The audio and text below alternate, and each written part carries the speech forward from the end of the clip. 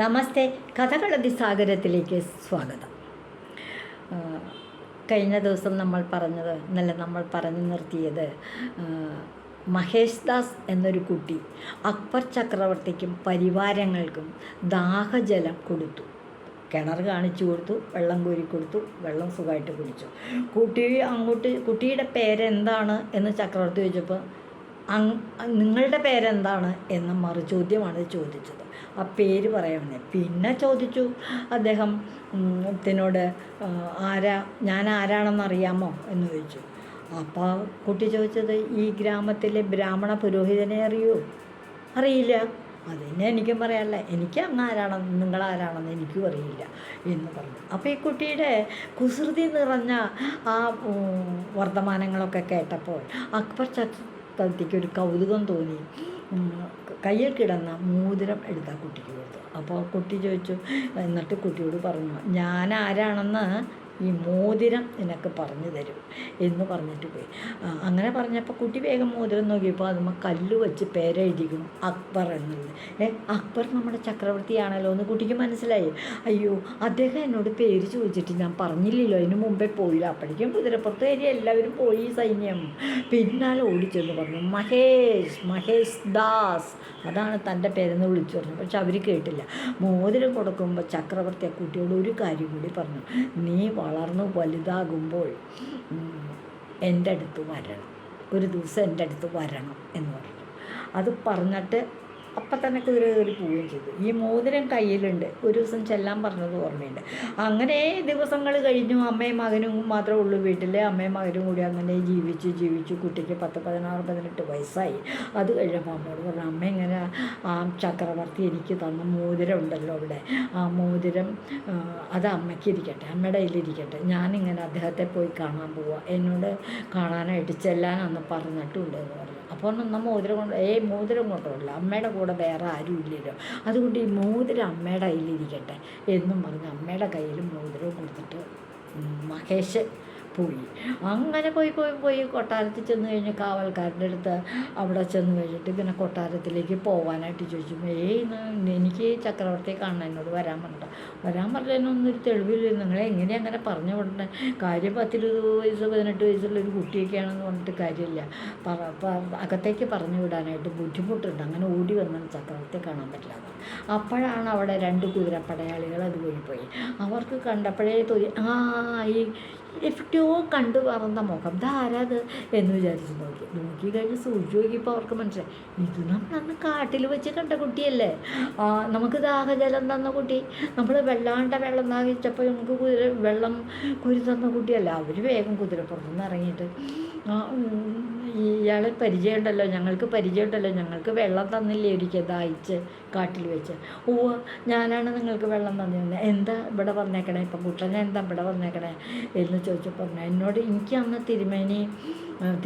ചക്രവർത്തി ഒരു മോതിരം തന്നിട്ട് എന്നോട് ഇവിടെ വന്ന് കാണണമെന്ന് പറഞ്ഞിട്ടുണ്ടായിരുന്നു. എന്നിട്ട് ഇപ്പോൾ ആ മോതിരം എവിടെയെന്ന് പറഞ്ഞു. അതെ, ഞാൻ പോന്നപ്പോൾ ആരുമില്ല അമ്മയ്ക്ക് കൂട്ട്, അപ്പം ഞാൻ ആ മോതിരം അമ്മയ്ക്ക് കൂട്ടായിട്ടിരിക്കട്ടെ എന്ന് കരുതി അമ്മയ്ക്ക് കൊടുത്തു.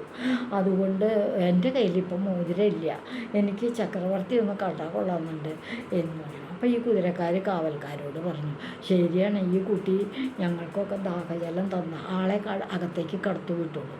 ചക്രവർത്തി പറഞ്ഞിട്ടുണ്ട് അദ്ദേഹത്തോട് വലുതാവുമ്പോൾ വന്ന് കാണണമെന്ന്. ഈ കുട്ടി അങ്ങനെ അകത്തേക്ക് കിടന്നു. മഹേഷ് അകത്തേക്ക് കിടന്നു. ഇത് മഹേഷാണ് പേരെന്തൊന്നും ആർക്കും അറിയില്ല കേട്ടോ. അവിടെ ചെന്ന് കഴിഞ്ഞപ്പോൾ അവിടെ സഭ കൂടുമ്പോൾ അന്നത്തെ സഭയിൽ ചക്രവർത്തി ഒരു ചോദ്യം ചോദിച്ചേക്കുക. എല്ലാ സഭയിലിരിക്കുന്നവരൊക്കെ വലിയ പണ്ഡിതന്മാരും അറിവുള്ളവരുമൊക്കെയാണ്, പണ്ഡിതന്മാരാണ്. അവർക്ക് ഏത് ചോദ്യത്തിന് ഉത്തരം, അതാണല്ലോ സഭ കൂടല്ലേ. ചോദിച്ചു, ഈ ഭൂമിയിൽ ഏറ്റവും സുന്ദരമായ പുഷ്പം ഏതാണ്? അന്ന് ചക്രവർത്തി ചോദിച്ച ചോദ്യം ഇതാ. സഭയിൽ ഒരുപാട് പേരുണ്ട്, പണ്ഡിതന്മാരായിട്ടുള്ളത്, സന്യാസിമാരായിട്ട്, ജ്യോത്സ്യന്മാരായിട്ടുള്ളവരൊക്കെ ഉണ്ട്, പടയാളികളൊക്കെ ഉണ്ട്. ഏറ്റവും മനോഹരമായ പുഷ്പം ഭൂമിയിൽ, അതാണ് ചോദ്യം. അങ്ങനെ ചോദിച്ചു കഴിഞ്ഞപ്പോൾ എല്ലാവരും പറഞ്ഞു, ചിലരൊട്ടും എന്താ സംശയം, മുല്ലപ്പൂ തന്നെ, എന്താ ഒരു സുഗന്ധം. ചക്രവർത്തി അടുത്ത ആൾ പറഞ്ഞപ്പോൾ പനി നീർ പൂവ് എന്നുവെച്ചാൽ റോസാപ്പൂവേ, നല്ല ഭംഗിയുണ്ട്, നല്ല സുഗന്ധമുണ്ട്. അതൊന്നും അപ്പോഴും ചക്രവർത്തി തലയായിട്ട് ചെമ്പകപ്പൂവാവൂ, ചെമ്പകപ്പൂവേ എന്താ ഒരു നിറം, അതുപോലെ എന്താ ഒരു സുഗന്ധം എവിടെത്തും. പിന്നെ അത് കഴിഞ്ഞപ്പോൾ നല്ല ചെന്താമരയാണ്. ചെന്താമരയുടെ സൗന്ദര്യം വേറെ ഏതെങ്കിലും പൂക്കൾക്കുണ്ടോ? പിന്നീടാണ് ഇങ്ങനെ ഓരോരുത്തർ മാറി മാറി പറഞ്ഞില്ല. ആരുടെ ഉത്തരം അങ്ങോട്ട് തൃപ്തിയാവില്ല ചക്രവർത്തിക്ക്. പിന്നെ അപ്പം ഈ കൊട്ടാരത്തിൻ്റെ സഭയിലേക്ക് വരണ ഈ മഹേഷ് ഏകദേശം അവിടെ അടുത്ത്. അപ്പോൾ സഭയ്ക്കകത്ത് കടന്നിട്ട് എല്ലാവരും ഉത്തരം പറഞ്ഞു കഴിഞ്ഞപ്പോൾ മഹേഷ് വേഗം പറഞ്ഞു, പഞ്ഞിയാണ് ഏറ്റവും മനോഹരമായ പൂവ്. എല്ലാവരും കൂടി അങ്ങോട്ട് പരിഹസിച്ച് കൈയൂട്ടിയെ ചിരിച്ചു. പൂവ് ഏതാണ് ഭൂമിയിലെ ഏറ്റവും സൗന്ദര്യമുള്ളത്, ഏത് പൂവാണെന്ന് ചോദിച്ചപ്പോൾ ഒരാൾ പറയണു പഞ്ഞിക്കാണോ ഏറ്റവും കൂടുതൽ സൗന്ദര്യം എന്ന് ചോദിച്ചു. ഓഹോ. അപ്പം ഈ കുട്ടി പറഞ്ഞു, തിരുമനസേ, എൻ്റെ അഭിപ്രായത്തിൽ ഏറ്റവും ഭംഗിയുള്ളത് വെളുത്ത പഞ്ഞിയാണ്. പരുത്തി എന്ന് പറയുന്ന ചെടിയിലുണ്ടാകുന്ന കായ നല്ലതുപോലെ മൂത്ത് ഉണങ്ങി പൊട്ടി പുറത്തേക്ക് വരുമ്പോൾ നല്ല വെളുത്ത പഞ്ഞി, അത് തന്നെയാണ് ഏറ്റവും മനോഹരമായി പോകും. അതെയോ, ഭംഗിയാണ് അത്രയെന്ന് പറഞ്ഞു മറ്റുള്ളവരൊക്കെ ആക്ഷേപിച്ച് പരിഹസിച്ച് ചിരിച്ചു. അപ്പോൾ ചക്രവർത്തി വേഗം കൈ കാണിച്ചു, എല്ലാവരും നിശബ്ദരെ. എന്നിട്ട് ചോദിച്ചു, ഈ ഭൂമിയിലെ പൂക്കളിൽ ഏറ്റവും സുന്ദരമായിട്ടുള്ളത് പഞ്ഞിയാണെന്ന് നീ പറയാൻ എന്താ കാരണം? അതിനൊരു കാരണം വേണ്ടേ? അപ്പോൾ ഈ മഹേഷ് എന്തു പറഞ്ഞു? പഞ്ഞിയിൽ നിന്നാണ് അങ്ങയുടെ രാജ്യത്തെ സുപ്രസിദ്ധമായ തുണിത്തരങ്ങളൊക്കെ നെയ്തുണ്ടാക്കുന്നത്. അങ്ങ് ധരിച്ചിരിക്കുന്നത്, ഇരിക്കുന്നവരൊക്കെ ധരിച്ചിരിക്കുന്നതായ പരുത്തി വസ്ത്രങ്ങൾ ഉണ്ടാക്കുന്നത് ഈ പഞ്ഞിയിൽ നിന്നാണ്, വെളുത്ത പഞ്ഞിയിൽ നിന്നാണ്. നിറം കൊടുത്ത് പിന്നെ മാറ്റണമെന്നേ ഉള്ളൂ.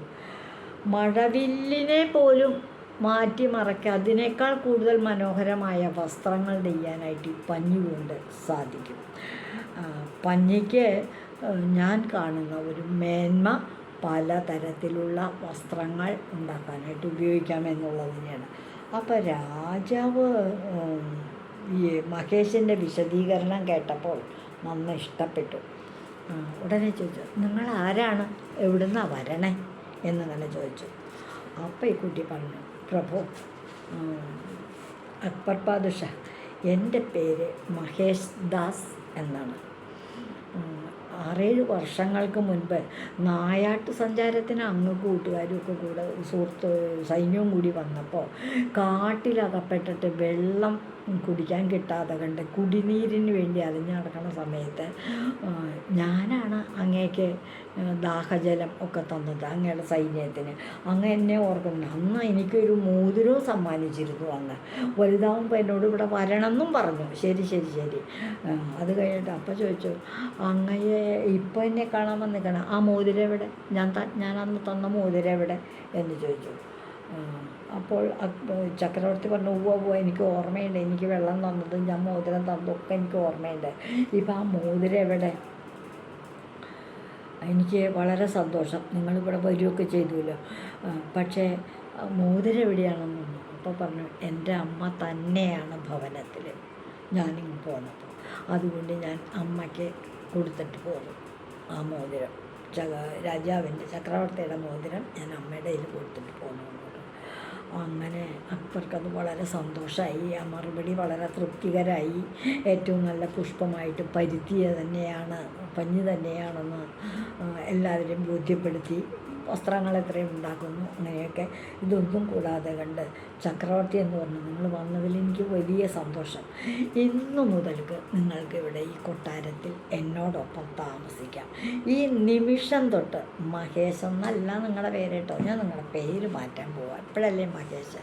ഈ കൊട്ടാരത്തിൽ എന്നോടൊപ്പം താമസിക്കാം, എൻ്റെ സഹചാരിയായിട്ട് ഇവിടെ കൂടാം, എൻ്റെ ഒരു ഉപദേശിയായിട്ട് നിങ്ങൾക്ക് ജോലി ചെയ്യാം, നിങ്ങൾക്ക് വേണ്ടതെല്ലാം ഇവിടെ നിന്ന് കിട്ടും.